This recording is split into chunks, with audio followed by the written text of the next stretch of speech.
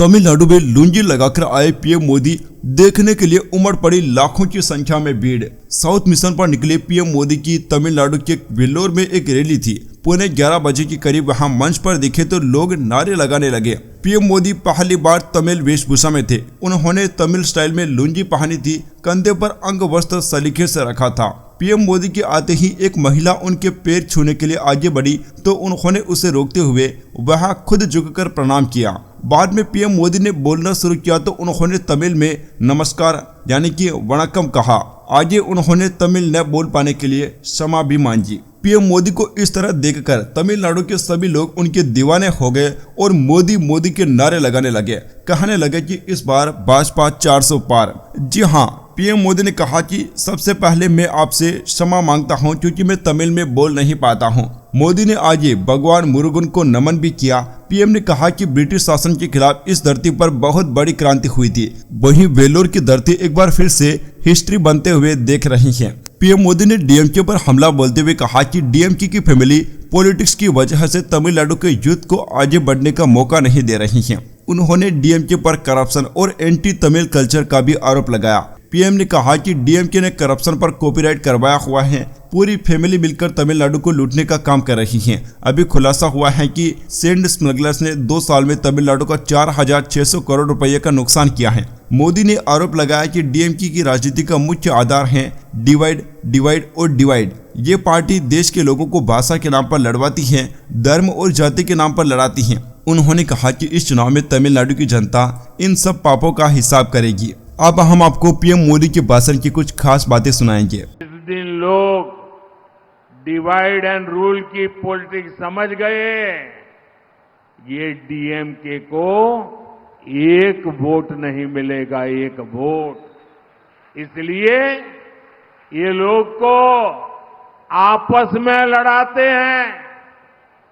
मैंने भी ठान लिया है कि डीएमके की इस दशकों पुरानी खतरनाक पॉलिटिक्स को एक्सपोज करके ही रहूंगा। काशी तमिल संगमम हो,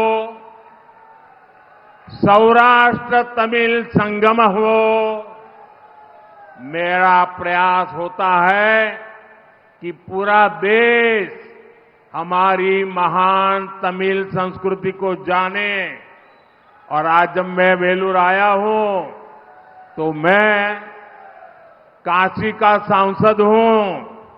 आप सबको कहता हूं, आप काशी आइए, मैं निमंत्रण देने आया हूं। काशी तमिल संगमम को और शानदार बनाइए। दूसरा, मैं गुजरात में पैदा हुआ हूं। यहां भी गुजरात के बहुत परिवार रहते हैं। सैकड़ों परिवार हैं यहां हमारे कच्छ के। मैं आपको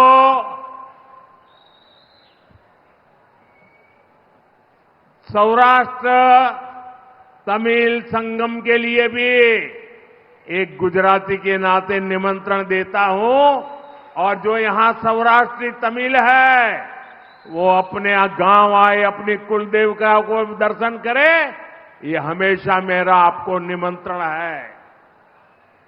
मैं यूनाइटेड नेशंस में तमिल भाषा में बोलने का प्रयास करता हूं ताकि पूरी दुनिया को पता चले कि हमारी तमिल विश्व की सबसे प्राचीन भाषा है। मेरे इन प्रयासों के बीच डीएमके की सच्चाई क्या है? मैंने जब संसद में तमिलनाडु के गौरव पवित्र सेंगोल की भारत की पार्लियामेंट में स्थापना करवाई तो डीएमके पार्टी ने उसका भी बायकॉट किया था। Subscribe now and press the bell icon. Never miss an update.